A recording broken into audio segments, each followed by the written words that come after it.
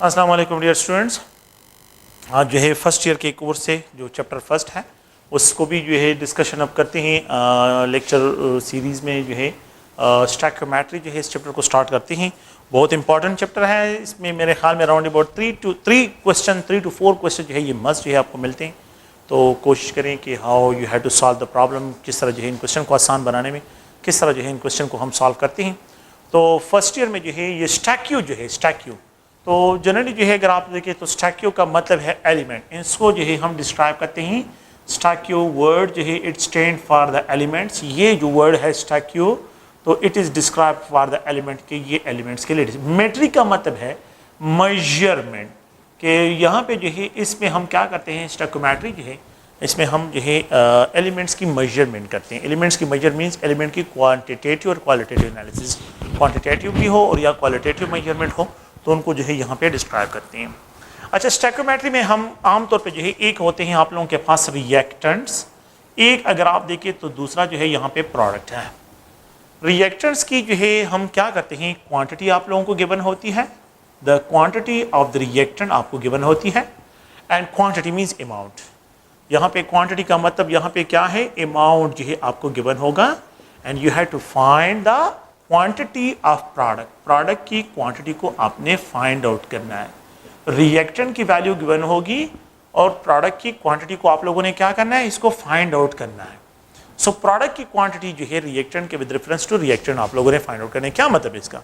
Let's suppose मेरे पास hydrogen है and if it combine with oxygen, यहाँ पे जो है आप लोगों के पास ये वाटर जो है प्रोड्यूस करता है, बैलेंस केमिकल इक्वेशन है। सो अगर आप देखिए मैं इसको इस तरह डिस्क्राइब करूँ कि 2 मॉलिक्यूल ऑफ हाइड्रोजन कंबाइन होते हैं with 1 molecule of oxygen, you will get 2 molecule. तो क्वांटिटी क्या है? हाइड्रोजन की क्वांटिटी इज केमिकल, ये रिएक्टेंट्स है। ये क्या है? ये रिएक्टेंट्स है। These are the reactants. और ये अगर आप लोग देखें ये प्रोडक्ट्स है, इनको हम डिस्क्राइब करते हैं ये प्रोडक्ट्स है। अगर आप इस इक्वेशन में देखें तो यहाँ पे जो है हाइड्रोजन के 2 मॉलिक्यूल आपको गिवन है और यहाँ पे 1 मॉलिक्यूल ऑक्सीजन का और यहाँ पे 2 मॉलिक्यूल जो है। अगर मैं ये कहूँ कि मेरे पास 2 मॉलिक्यूल हाइड्रोजन के हैं, 2 मॉलिक्यूल हाइड्रोजन के हैं, 1 मॉलिक्यूल ऑक्सीजन का है, तो 2 मॉलिक्यूल ऑफ वाटर प्रोड्यूस होते हैं। अगर मैं आपको ये कहूँ ये क्वांटिटी ऑफ द रिएक्टेंट है और ये क्वांटिटी ऑफ द प्रोडक्ट के, ये 1 कंबाइन होकर 2 प्रोड्यूस करता है, ये प्रोडक्ट की क्वांटिटी है। अच्छा, मैं यहाँ पे एक दूसरा पॉइंट ये लिख देता हूँ कि लेट सपोज जो है यहाँ पे जो है ये अगर इसको मैं डबल कर लूँ, ये जो है डबल हो जाए तो 2 का डबल 4 आता है और 1 का डबल 2 जो है आ जाता है। अगर ये कंबाइन होते हैं, अगर 4 मॉलिक्यूल ऑफ हाइड्रोजन कंबाइन होते हैं with 2 molecule of oxygen, you will gate, अगर इनकी रिएक्टेंट की क्वांटिटी डबल होती है तो ये भी डबल हो जाएगा। तो there is no complex mathematics, it's a simple points है। अगर ये क्वांटिटी रिएक्टेंट्स की क्वांटिटी इंक्रीज होती है तो डेफिनेटली प्रोडक्ट भी इंक्रीज होगा। अगर मैं यहाँ पे आपको ये कहूँ कि लेट सपोज ये 2 है, ये 20 हो, तो 20 के लिए मुझे कितने molecule of oxygen? 10 molecule of oxygen चाहिए। तो how many molecule of water will produce? 20 molecule of water will produce. ये सिंपल मैथमेटिक्स है एंड जस्ट ओनली जो है। तो देखें कि ये क्वांटिटी में मुझे मॉलिक्यूल में गिवन है। अगर मैं अब इसको मोल में एक्सप्रेस करूं, 2 mole of hydrogen 1 mole of oxygen produces 2 mole of water. 2 mole of hydrogen, mole क्या है? क्वांटिटी है। ये भी क्वांटिटी को डिस्क्राइब करता है। The amount of the substance को डिस्क्राइब करने के लिए मोल को यूनिट को यूज करते हैं। तो if we have 2 mole, 1 mole produces 2 mole. If we double करते हैं 4 mole of hydrogen 2 mole of oxygen, you will get 4 mole of water. If you have 20 mole of hydrogen combined with the 10 mole, 2:1, देखिए 2:1 है। अगर मैं zero को जो है क्या कर लेता हूँ, इसको जो है हाइड कर लेता हूँ, अगर आप देखिए इसको छुपा रहा हूँ तो फिर वही रेशो आप लोगों के पास 2:1 के साथ आ रही है। कम्बिनेशन क्या है? 2:1 है और यहाँ पे 20, 10, 20 प्रोड्यूस होगा। अगर मैं इसको यहाँ पे लिख दो 200 मोल, तो 100 मोल of oxygen, you will get 200 mole of water. अगर मैं यहाँ पे ये लिख दूँ कि 2000 mole of oxygen, hydrogen with the 100,000 जो है आप लोगों के पास 1000 mole of the oxygen, you will get जो है यहाँ पे आप लोगों के पास क्या होगा? 2000 mole of water जो है ये प्रोड्यूस होगा। तो stoichiometry quantity of the reactant and quantity of the product दोनों को बैलेंस केमिकल इक्वेशन से एक्सप्रेस कर रहा हूँ। तो ये मोल के बेस पे मैंने डिस्कशन की है। मैं एक और पॉइंट से डिस्कशन कर रहा हूं कि ये 2 मोल्स ऑफ हाइड्रोजन है और ऑक्सीजन है और यहां पे 2 mole of water. 2 mole of hydrogen is equal to 4 gram, 1 mole of oxygen is equal to 32 gram, and you have to write 2 multiplied 18 gram. 36 gram इस साइड पे, 36 ग्राम उस साइड पे भी रिएक्ट कर रहा है। लेट्स सपोज अगर मैं 8 ग्राम लेता हूं तो यहां पे जो है ये 32 का डबल क्या हो जाएगा, तो 4 का डबल 8 है, 32 का डबल क्या होगा 64, तो 32 मल्टीप्लाई 2 भी लिख सकते हैं, या बस आप लोग 64 भी यहां पे लिख सकते हैं। तो यहां पे आप लोगों के पास 72 ग्राम ऑफ वाटर प्रोड्यूस होगा। अब यहां पे द रिएक्टेंट जो है that describe quantity describe in mass, ये मास में डिस्क्राइब हो रहा है, यहां पे द रिएक्टेंट की क्वांटिटी डिस्क्राइब हो रही है, प्रोडक्ट की क्वांटिटी डिस्क्राइब हो रही है मास में। तो मैं डिफिनीशन की तरफ आ रहा हूं कि stoichiometry the branch of chemistry where we have to study the quantitative relationship between the amount of reactant and product represented by a balanced chemical equation. The quantitative relationship between the amount of reactant, either जो है अगर आप molecule के level पे बात करते हैं तो मॉलिक्यूल पे एक रिएक्टेंट की क्वांटिटी डिस्क्राइब मॉलिक्यूल में, प्रोडक्ट की क्वांटिटी भी डिस्क्राइब मॉलिक्यूल में। अगर आप इसको मोल में डिस्क्राइब करना चाहते हैं तो मोल की क्वांटिटी, रिएक्टेंट की क्वांटिटी मोल में और प्रोडक्ट की क्वांटिटी मोल में। अगर आप जो है इसको मास में डिस्क्राइब करते हैं, रिएक्टेंट की क्वांटिटी मास में और प्रोडक्ट की क्वांटिटी मास में, तो ये मास रिलेशन, ये मोल रिलेशन और ये मॉलिक्यूल रिलेशन है। अगर आप इसको जो है नंबर से डिस्क्राइब करते हैं वो बाद में जो है डिस्कशन करते हैं, लेकिन ये है कि the branch of chemistry where we have to study the quantitative relationship between the amount of reactant and product represented by a balanced chemical equation, that branch is known as stoichiometry। उसको stoichiometry से describe करते हैं। stoichiometry में अगर आप लोग देखिए इसमें 2 क्वेश्चन जो है मेन हमने टारगेट करने, we have to solve 2 types of question. 2 types of question जो है पूरी stoichiometry में हमने, रिएक्टेंट की क्वांटिटी गिवन होगी, द क्वांटिटी ऑफ रिएक्टेंट ये गिवन होगी, and you have to find the quantity of the product, इसको फाइंड आउट करना है। एक क्वेश्चन ये होगा। सेकंड क्वेश्चन ये है कि the quantity of the product जो है आप लोगों को गिवन होगी, क्वांटिटी ऑफ प्रोडक्ट ये क्या होगी, ये गिवन होगी, ये वैल्यू आप लोगों को गिवन होगी, and you have to find the quantity of the reactant की क्वांटिटी को आप लोगों ने फाइंड। ये 2 क्वेश्चन है जिनको आप लोगों ने क्या करना है, इस जो है चैप्टर में हमने डिस्क्राइब करने हैं। जितने भी क्वेश्चंस होंगे सब के सब जो है हमने इसी के बेस पे जो है सॉल्व करने हैं। लेट सपोज जो है इसका मतलब क्या है, मैं यहाँ पे एक क्वेश्चन लिखता हूँ और क्वेश्चन ये है कि इफ लेट सपोज इफ मैं यहाँ पे रिप्रेजेंट करता हूँ कि 2 moles of hydrogen are allowed to react, hydrogen gas are allowed to react with 1 mole of बल्कि 2 mole of chlorine gas, 2 mole of chlorine gas, ठीक है। how many moles of the product will be formed? So how calculate how many mole of product ये are formed, तो कितने मोल जो है product की formation होगी। तो आप लोगों को केमिकल इक्वेशन भी गिवन होगा, ये हाइड्रोजन है, if it combine with the chlorine you will gate जो है 2 हाइड्रोक्लोरिक एसिड। तो आप लोगों को बिल्कुल बैलेंस केमिकल इक्वेशन गिवन होगा और क्वेश्चन भी आपको गिवन होगा। देखिए क्वेश्चन ये है कि पहले तो इस पॉइंट को केमिकल इक्वेशन को देखिए, 1 मोल ऑफ हाइड्रोजन के लिए we need 1 mole of chlorine, तो it will produce 2 mole of hydrochloric acid. Question ये इफ 2 मोल ऑफ हाइड्रोजन, अगर ये 1 से 2 हो जाए और यहां पे फिर क्या लिखा है कि 2 mole are allowed to react with 2 mole और ये भी 2 मोल हो जाए, इसका मतलब ये है कि ये एक रिएक्टेंट है और एक रिएक्टेंट, ये इन दोनों की क्वांटिटी मुझे तो गिवन है, लेकिन मुझसे क्या डिमांड कर रहे हैं, प्रोडक्ट फॉर्म। प्रोडक्ट क्या HCl है, तो how many moles of the product will be form, कितने मोल्स ऑफ प्रोडक्ट फॉर्मेशन होगा। अगर ये क्वांटिटी 1 मोल 2 मोल प्रोड्यूस करता है, अगर मैं इनकी क्वांटिटी को डबल करता हूं तो ये भी डबल हो जाएगा, तो यू विल गेट 4 मोल। तो मतलब क्या है कि quantity of the reactant given है and you have to find the quantity of product. Product की क्वांटिटी जो है यहां पे आप लोगों ने फाइंड आउट करनी है। तो 1 मोल 2 मोल प्रोड्यूस करता है, 1 मोल 2 मोल प्रोड्यूस करता है, तो 2 मोल जो है वो 4 मोल प्रोड्यूस होगा। डेफिनेटली जब ये रिएक्टेंट की क्वांटिटी जो है डबल होगी तो प्रोडक्ट की क्वांटिटी भी डबल होगी। तो ये 2 मोल है, तो 2 mole of hydrogen if it is allowed to react with the 2 mole it will produce 4 mole of HCl जो है ये प्रोड्यूस करेगा, दैट विल जनरेट 2। तो देखिए क्वेश्चन, पहला क्वेश्चन क्या है कि the quantity of the reactant आप लोगों को गिवन है and you have to find the quantity of product represented by balance chemical equation. Balance chemical equation आपको गिवन होगा। So the branch of chemistry where we have to study the quantitative relationship between the amount of reactant and product represented by a balanced chemical equation, ये जो है chemical equation। तो मैंने यहाँ पे क्या करना है, मेरे पास यहाँ पे ये reactant है इस साइड पे और ये product है।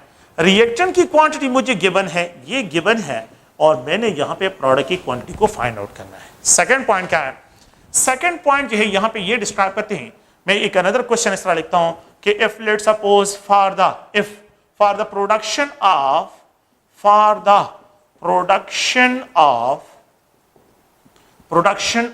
10 mole of HCl, 10 mole of HCl, how many mole of reactants, ठीक है, hydrogen and chlorine are allowed to react, कितने मोल जो हाइड्रोजन और क्लोरीन को रिएक्ट करें कि it produces 10 mole of HCl के 10 मोल ऑफ HCl प्रोड्यूस करे। फिर बैलेंस केमिकल इक्वेशन आपको गिवन होगा, हाइड्रोजन क्लोरीन और यहाँ पे ये 2HCl है। प्लीज इस क्वेश्चन को देखें। For the production of 10 mole of HCl, 10 मोल 10 इसके मोल गिवन है, इसकी क्वांटिटी गिवन है, और डिमांड क्या है, डिमांड ये है कि कितना रिएक्टेंट मुझे चाहिए इतनी प्रोडक्शन के लिए। You have to find these values, आप लोगों ने इस वैल्यूज को फाइंड आउट करना है। अभी मैंने डिस्कस कर लिया 1 mole of hydrogen 1 mole of chlorine जब कंबाइन होता है तो 2 मोल प्रोड्यूस करता है। अगर ये 4 मोल हो जाए तो ये 2 मोल हो जाएगा, ये भी 2 मोल हो जाएगा। अगर ये 10 मोल हो जाए, लेट्स सपोज है अगर मैं इसको 10 करूं, देखिए 2 का हाफ 1 मोल, 2 का हाफ 1 मोल, तो half mole 2 mole, half mole of chlorine 1 मोल, मतलब ये 2 का हाफ आ रहा है ना, तो 2 का हाफ 1 आ रहा है। अगर ये 10 मोल मुझे चाहिए तो क्वेश्चन ये है for the production of 10 mole of HCl, तो 1 कंबाइन होके 2 प्रोड्यूस करते हैं, तो 10 मोल ऑफ HCl। तो आप देखिए प्रोडक्ट की क्वांटिटी गिवन है and you have to find यहाँ पे जो है रिएक्टेंट्स की क्या क्या वैल्यूज हैं, उनको जो है अपने यहाँ पे फाइंड आउट करना है। तो देखें, तो 2 का हाफ 1 है, तो 10 का हाफ क्या आता है 5। ओके, 2 का हाफ 1 है, ये 1 मोल 2 प्रोड्यूस करते हैं, 1 मोल 2 प्रोड्यूस करता है, तो अगर ये 10 है तो ये 5, तो ये भी 5 होगा, तो 5 कंबाइन होकर 10 प्रोड्यूस करते हैं। सिंपल सी बात है, 1 कंबाइन होकर 2 प्रोड्यूस करें, अगर 2 कंबाइन तो 4 होगा, अगर 3 कंबाइन होता है तो यहां पे देखें ये 1 से 2, यहां पे जो है ये 1 से 2, जब इसको डबल कर रहा हूं, जब ये डबल हो रहा है तो यहां पे ये डबल हो रहा है, जब इसको 3 टाइम, ये भी 3 टाइम इंक्रीज, तो 3 time of 2 is equal to 6। अगर ये 4 हो जाए, 4 हो जाए तो ये 8 हो जाएगा, और अगर ये 5 हो तो ये 10 हो जाएगा। तो ये सिंपल कैलकुलेशन है, इसमें कोई इस तरह की कॉम्प्लेक्स मैथमेटिक्स नहीं है, लेकिन आपने रेशियो को ज़हन में रखना है। So the branch of chemistry where we have to study the quantitative relationship between the amount of reactant and product represented by balanced chemical equation, that branch is known as stoichiometry, इसको stoichiometry से describe करते हैं। अच्छा, तो हम ये तो खैर जनरल जो है इसको रिप्रेजेंटेशन करने के लिए, इसकी डिफिनीशन के लिए मैंने ये बातें लिखी हैं, लेकिन ओवरऑल क्या है, overall how you have to solve the problem को किस तरह यहाँ पे सॉल्व करते हैं। तो मोस्टली जो है जब भी हम केमिस्ट्री में बात करते हैं तो आम रूटीन लाइफ में जो कैलकुलेशंस हैं उन रूटीन लाइफ की तरफ कैलकुलेशन हमने करनी है। इस पे सेकंड पॉइंट ये है कि हमने यहाँ पे कुछ और पॉइंट्स जो है वो है रिलेटिव एटॉमिक मासेस और relative molecular masses, relative atomic mass scale, relative atomic mass scale. ये जो है SI सिस्टम में जो है एक सिस्टम है, SI सिस्टम इंटरनेशनल में जिस तरह आप जो है कि यूनिट यूज करते हैं और वो है मीटर, तो metre is most use for the length के लिए इसको यूज करते हैं। इसके अलावा जो है अगर आप टाइम के लिए देखते हैं तो टाइम के लिए हम सेकंड यूनिट यूज करते हैं। अगर हम किसी शॉपकीपर के पास जाते हैं और उससे डिमांड करते हैं कि मुझे जो है ये चीज़ चाहिए, तो हम उसको कहते हैं शुगर चाहिए, तो हम उसको कहते हैं मुझे 1 kg शुगर चाहिए, मुझे 2 kg शुगर चाहिए, मुझे जो भी डिमांड होते हैं रूटीन लाइफ में, जब मैं उसको 1 kg में बात करता हूँ तो वो समझ जाता है आसानी के। तो kg क्या है, kg जो है ये यूनिट है। अगर आमतौर पे हम जो है जिस तरह ये यूनिट डिस्क्राइब करते हैं, लेकिन अब मैं इस तरह नहीं कह सकता हूँ कि मुझे 1 kg एटम चाहिए, कि मैं जब एक दूसरे के साथ कम्युनिकेशन करते हैं ना तो वो इस तरह नहीं कहते कि मुझे 1 kg एटम मैंने लिया या 2 kg एटम मैंने, वो इस तरह की बातें नहीं करते। वो क्या करते हैं, वो रिलेटिव एटॉमिक मास स्केल जो है उनको यूज करते हैं और इसके बेस पे जो है डिस्कशन करते हैं। तो मोस्टली मोल और रिलेटिव एटॉमिक मास स्केल आमतौर पे जो है अगर बिल्कुल जो है बेसिक में जो है मैं चले जाऊं और बिल्कुल इसको बेसिकली जो है डिस्क्राइब करते हैं, तो अगर आप लोग देखिए ये जो है आप लोगों के पास एक बैलेंस है और इस बैलेंस में जो है अगर मैं एक शॉपकीपर से डिमांड करता हूँ कि मुझे 1 kg पोटैटोस चाहिए, तो जब मैं उससे डिमांड करता हूँ तो पहला पॉइंट ये है कि मुझे 1 kg पोटैटोस चाहिए, तो मैंने उसको 1 kg पोटैटोस का नाम बता दिया कि मुझे 1 kg। तो वो पहले क्या करता है, वो पहले 1 kg स्टोन को जो है एक जगह पे बैलेंस में रख देता है और फिर उसके बाद यहाँ पे पोटैटोस या शुगर रखना शुरू कर लेता है। और जैसे ही जो है ये दोनों इक्वल हो जाते हैं ना, जिस पॉइंट पे ये इक्वल हो जाते हैं, मुझे तसल्ली हो जाती है कि यार ये जो है मेरे साथ कोई धोखा नहीं कर रहा है, इसने मुझे एग्जैक्ट 1 kg पोटैटोस ही दिया है या 1 kg शुगर दिया है। तो इस 1 kg स्टोन को जो है जो यहाँ पे यूज किया गया है, it is use as a reference standard, it is use as a reference, जिसको डेली लाइफ में हम क्या करते हैं, as a reference standard use करते हैं। It is use as a reference standard और इसके साथ थिंग्स को मैयर करते हैं। तो मैंने क्या कहा, 1 kg स्टोन, मुझे 1 kg शुगर चाहिए, तो मैंने जब उसको बता दिया तो वो पहले क्या करता है, देखें मैंने ये बता दिया, वो पहले 1 kg स्टोन को रख देता है, फिर उसके बाद पोटैटोस के नंबर डालता है और जब ये डालते हैं जैसे ये बैलेंस हो जाए, जैसे ये इक्वल हो जाए, तो मुझे तो बिल्कुल जो है मतलब ये बैलेंस हो जाए तो हम कहते हैं कि इसके 1 kg पोटैटोस की जो है अमाउंट है वो भी जो है अब 1 kg 1000 ग्राम के बराबर है। एक क्वेश्चन, तो ये गिवन है, मैंने इसको क्या कर लिया, फाइंड आउट कर लिया with the reference of this 1 kg stone. मैंने जो है पोटैटोस के मास को फाइंड आउट कर लिया। अब घर में जो है लेट्स सपोज जो है किसी जो है एक जमींदार है, उसके घर में बहुत ज्यादा है पोटैटोस या शुगर उसके घर में ज्यादा है, तो उसके जो है जितनी जरूरियात है उससे ज्यादा है। अब वो शॉपकीपर के पास जाता है और शॉपकीपर के पास जब चला जाता है उसको जो है देता है कि यार ये लो और ये चीज जो है मेरे घर में ज्यादा है और ये आप लें, और ये जो है 10 kg है या 5 kg है या जो है 10 kg है, जितना भी वो बताता है। अब शॉपकीपर क्या करता है, शॉपकीपर जो है अपनी तसल्ली के लिए हो उसको जो है बैलेंस में रखता है। तो जब वो उसको कहता है, किसान कहता है कि 10 kg पोटैटोस है, तो वो पहले यहाँ पे पोटैटोस को रख देता है, पहले kg बैलेंस में पोटैटोस को यहाँ पे रख देता है। और ये जो है वो जनरली जो है किसान ने कहा है कि यार ये 10 kg पोटैटोस है, मैंने 10 kg पोटैटोस आपको दिए हैं, 10 kg है। अब ये मुझे जो है गिवन है, ये वैल्यू गिवन है, तो अब शॉपकीपर क्या करता है, एक 1 kg स्टोन रख देता है, फिर उसके बाद दूसरा डाल देता है, तीसरा डाल देता है, चौथा डाल देता है, पांचवा डाल देता है, 6 7 8 9 10। जैसे ये 10 kg स्टोन वो यहां पे कंप्लीट कर लेता है और अगर ये इसके बराबर हो तो उसको तसल्ली हो जाती है कि नहीं ये मेरे साथ, ये किसान मेरे साथ धोखा नहीं कर रहा है। अब ये वैल्यू पोटैटोस की वैल्यू गिवन है and you have to find the number of the 1 kg stone, 2 3 4 5 6 7, ये number with reference to this find कर रहे हैं। The same situation with stoichiometry. Reactants जो है, जिस तरह मैंने यहां पे डिस्कस किया कि ये रिएक्टेंट्स है और ये प्रोडक्ट्स हैं, रिएक्टेंट्स की वैल्यू गिवन है, you have to find product. Second point में गिवन है, ये वैल्यू गिवन है, you have to find reactant की क्वांटिटी। ये दो क्वेश्चंस हैं। देखें, एक जगह पे 1 kg नाउन है, मैं पोटैटोस को फाइंड आउट करो, दूसरी जगह मुझे पोटैटो नाउन है, मैं kg को फाइंड आउट कर रहा हूं। सिर्फ जो है इनवर्स है और इसमें कोई डिफरेंस नहीं है। इसी तरह साइंटिस्ट जब आते हैं और वो एटम्स की तरफ आते हैं, एटम्स की मेजरमेंट करते हैं, तो एटम्स को केजीज में डिस्क्राइब नहीं कर सकते, तो उनके लिए उन्होंने एक अनदर स्केल जो है साइंटिफिक लैंग्वेज, एक अनदर स्केल जो है उन्होंने ड्राइव किया, that is called relative atomic mass scale. Relative atomic mass scale. अच्छा, रिलेटिव एटॉमिक मास स्केल में ये kg + 1 kg स्टोन, मेरे ख्याल में आप लोगों ने जो है बैट्रिक में ये पढ़ा होगा कि ये जो है 1 kg स्टोन जो होता है, it is used as a reference standard, और ये प्लैटिनियम से बना होता है और इसको जो है पेरिस के साइंटिफिक म्यूजियम में जो है वहां पे रखा हुआ है 25 डिग्री सेंटीग्रेड पे। तो पेरिस में साइंटिफिक म्यूजियम है और जितनी भी जो है इंटरनेशनल मेजरमेंट होती है, यूनिट्स होते हैं, वो सब के जो रेफरेंस स्टैंडर्ड होते हैं वहां पे उन्होंने स्टोर किए हुए हैं। तो वहां पे जो है उन्होंने स्टोर किया हुआ है, वो वहां पे जो है। इसी तरह रिलेटिव एटॉमिक मास स्केल में जो है, जो एटॉमिक मास स्केल है, साइंटिस्ट जो है एटम के मासेस को फाइंड आउट करने के, एलिमेंट के एटम के मासेस को फाइंड आउट करने के लिए उन्होंने रिलेटिव एटॉमिक मास। अच्छा, रिलेटिव का मतलब क्या है? मैं यहां पे रिलेटिव में ये है कि एक रेफरेंस स्टैंडर्ड होगा और इस रेफरेंस स्टैंडर्ड के साथ अननोन की क्वांटिटी को आप मेजर करते हैं, रिलेट करते हैं। रिलेट करना, इसके मास के साथ पोटैटोस के मास को मैं रेफरेंस स्टैंडर्ड रिलेट कर रहा हूं। रिलेटिव का मतलब ये है। अब अगर मैं यहाँ पे जो है जिस तरह 1 kg स्टोन, तो उन्होंने साइंटिस्ट ने एटॉमिक मास स्केल में जो है कार्बन को is use as a reference standard, carbon को जो है उन्होंने as a reference standard use किया हुआ है. So the carbon atom is use as a reference. 1 carbon 12 atom, 1 carbon 12 isotope, carbon 12 isotope की बात कर रहा हूं, इसमें 6 प्रोटॉन, 6 न्यूट्रॉन, 6 इलेक्ट्रॉन्स होते हैं. तो ये जो है that is equal to 12 atomic mass unit के बराबर है.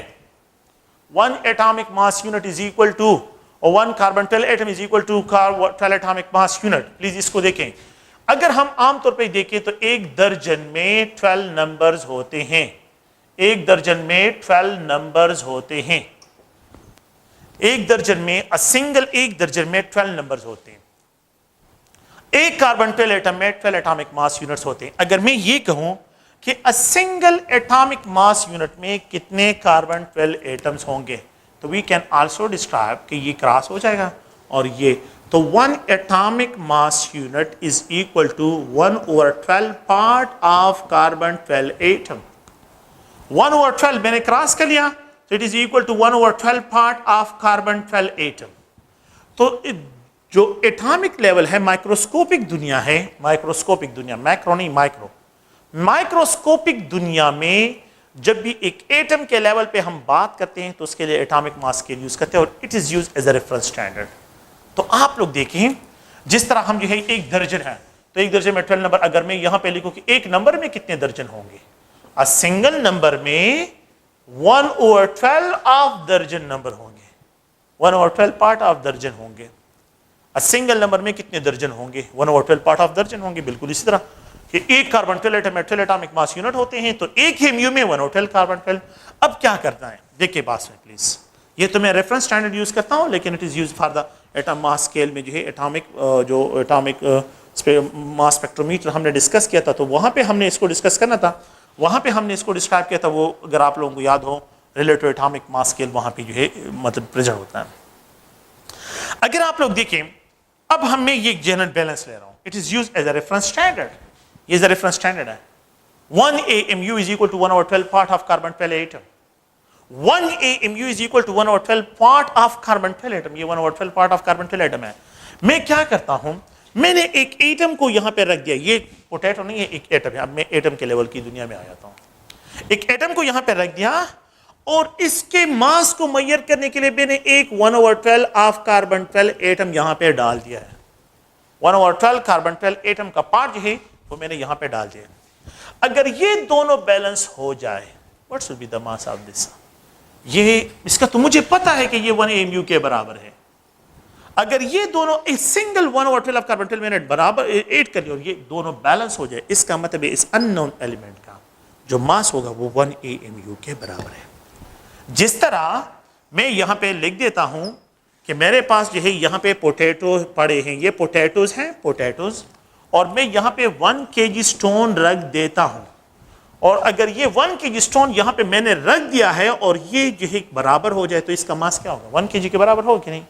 बिल्कुल इस तरह एक एटम मैंने यहां पे रख दिया है और एक एलिमेंट का एक एटम यहां पे रख दिया और यहां पे 1/12 ऑफ कार्बन 12 एटम एक यहां पे डाल दिया और ये दोनों बैलेंस हो जाए, इसका मतलब ये हुआ कि इस एटम का मास 1 AMU के बराबर है. अगर मैं एक unknown element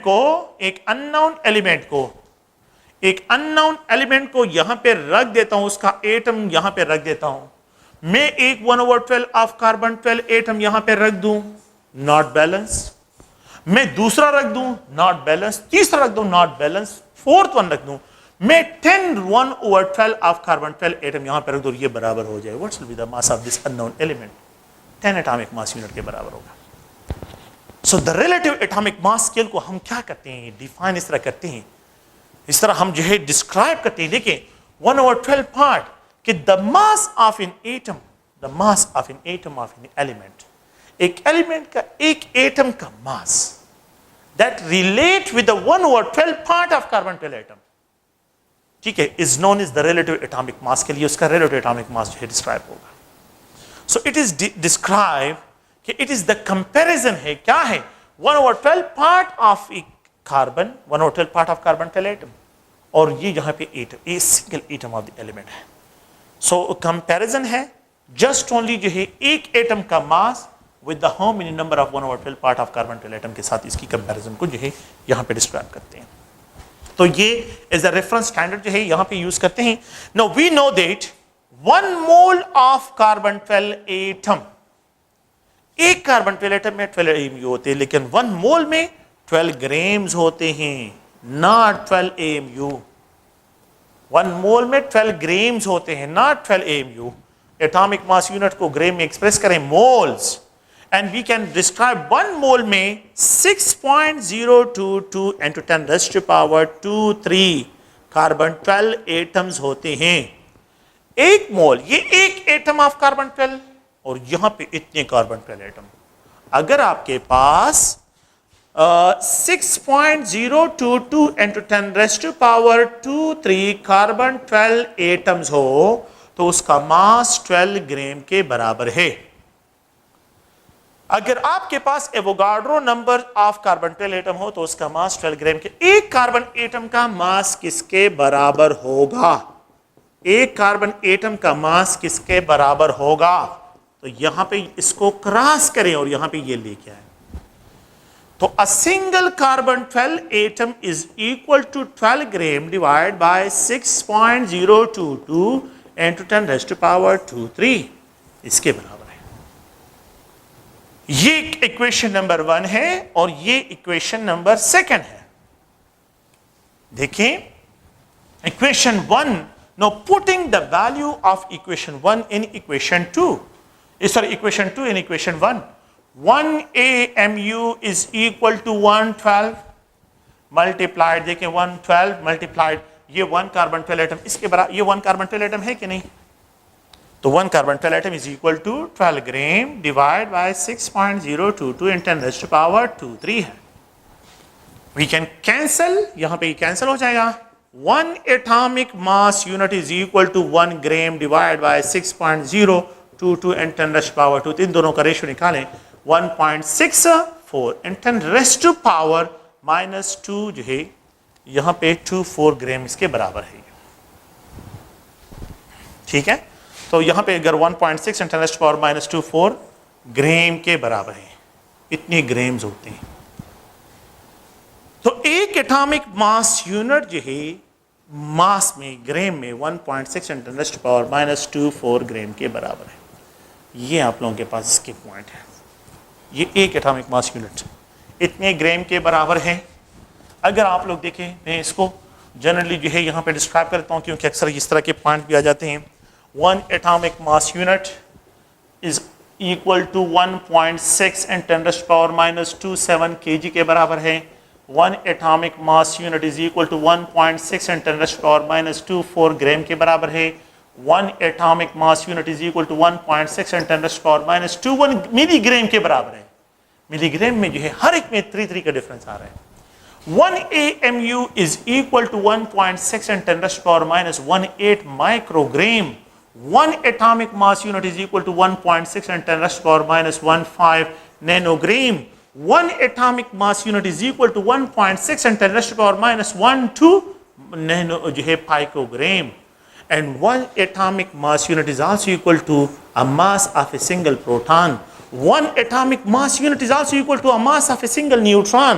1 atomic mass unit is also equal to a single hydrogen atom.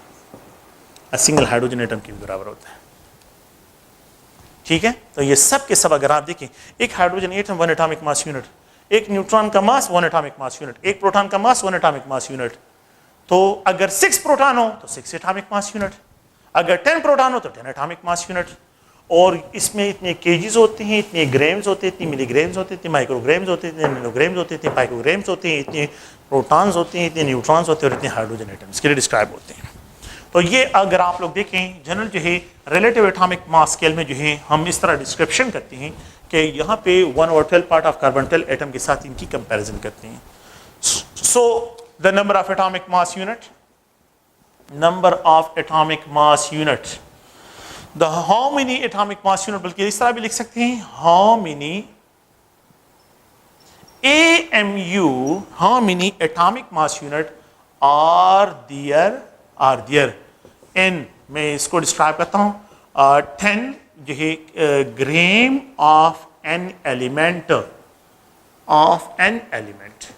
How many atomic mass unit, आसान सा पॉइंट 1 AMU, ये रिलेशन याद रखिए 1.6 × 10⁻²⁴ ग्राम। तो ये पॉइंट जहन में रखें, हाउ मेनी AMU, मुझसे डिमांड इसकी है, मुझे ये वैल्यू गिवन है, तो यहाँ पे 10 ग्राम, जस्ट ओनली क्रॉस करें, तो ये क्रॉस करें, cross 1.6 × 10⁻² gram is equal to 10 gram multiplied by 1 AMU divided by 1.6 × 10⁻²⁴। तो ये यहाँ से क्रॉस करें, वहाँ पे लेके जाए, you will get x AMU. How many AMU are there if 10 gram of an element? How many, next question देखें, how many a जो है यहाँ पे ग्राम्स, अब ग्राम्स की बात कर रहा हूँ, are there in, इसको डिस्क्राइब करता हूँ, 50 AMU of an element। अच्छा, अगर आपके पास एलिमेंट्स जो है उसके ग्राम्स जो है फाइंड आउट करने और AMU गिवन हो, क्या करें, आप देखें 1 AMU में 1.6 × 10⁻² ग्राम्स होते हैं, you have to find x gram, और कितने AMU गिवन है, 50 AMU गिवन है, 50 AMU गिवन है, क्रॉस करें, just only cross, x gram will be 1.6 × 10⁻² gram multiplied by 50 AMU आप लोग कर सकते हैं। यू कैन इजीली फाइंड, अगर आपको केजी में गिवन हो तो ये रिलेशन यूज करें, अगर ग्राम में गिवन हो तो ये रिलेशन यूज करें, अगर मिलीग्राम में हो, माइक्रोग्राम में हो, नैनोग्राम में हो, पाइकोग्राम में हो, प्रोटॉन नंबर में हो, न्यूट्रॉन नंबर में हो, हाइड्रोजन एटम में हो। ये सारे पॉइंट जो है आप लोगों ने क्या करने हैं, इनको याद रखना है और इनको ज़हन में रखना है। एटॉमिक मास यूनिट में एक दूसरा पॉइंट है कि how you have to calculate the number of atoms, number of atoms की कैलकुलेशन किस तरह करते हैं, how you have to calculate the number of atoms. तो पहला क्वेश्चन ये है, how many atoms are there, how many atoms are there. इस क्वेश्चन को देखें कि यहाँ पे how many atoms are there, how many atoms of heliums जो है, हाउ मेनी एटम्स ऑफ में यहाँ पे सोडियम, ऑक्सीजन हो, जो भी हो एलिमेंट्स जो है सोडियम, आर देयर इन, मैं रिप्रेजेंट करता हूँ 230 AMU of sodium. If we have 230 atoms of AMU of sodium, how many atoms, इसमें कैलकुलेट करें नंबर ऑफ एटम्स को। देखें इस क्वेश्चन को, a single sodium atom is equal to 23 AMU. A single sodium atom is equal to 23 AMU. If we have 230 AMU, देखिए 23 के साथ एक जीरो लग गया, आसान सी बात है, 1 के साथ जीरो लगाएं 10 AMU, तो क्रॉस जो है आप क्या करें, सोडियम एटम को फाइंड आउट करें, आसान सा पॉइंट, 23 के साथ जीरो लग गया तो 1 के साथ भी जीरो लग जाएगा। We can find XNA into 23, cross multiplication करें इसकी, ठीक है, और यहाँ पे जो है ये 20 जो है 2300 AMU, 230 AMU into 1 sodium atom. क्या करें, 23 को यहाँ पे क्रॉस करें, 23 क्रॉस में 10 रह जाएगा। मैंने तो कहा ना कि 23 के साथ जीरो लगा तो यहाँ पे 1 के साथ भी जीरो लगा। तो अगर आप लोग देखें तो how many atom will be there, 10 sodium atom will be there, the number of atom will be 10। ये दो क्वेश्चन जो है, एक और क्वेश्चन भी है, वो क्वेश्चन भी देखें नंबर ऑफ एटम में। सेकंड क्वेश्चन जो है ये है कि how many AMU are there, how many AMU are there in, जो है यहाँ पे डिस्क्राइब करता हूँ 40 atoms of 40 molecules or atoms of helium.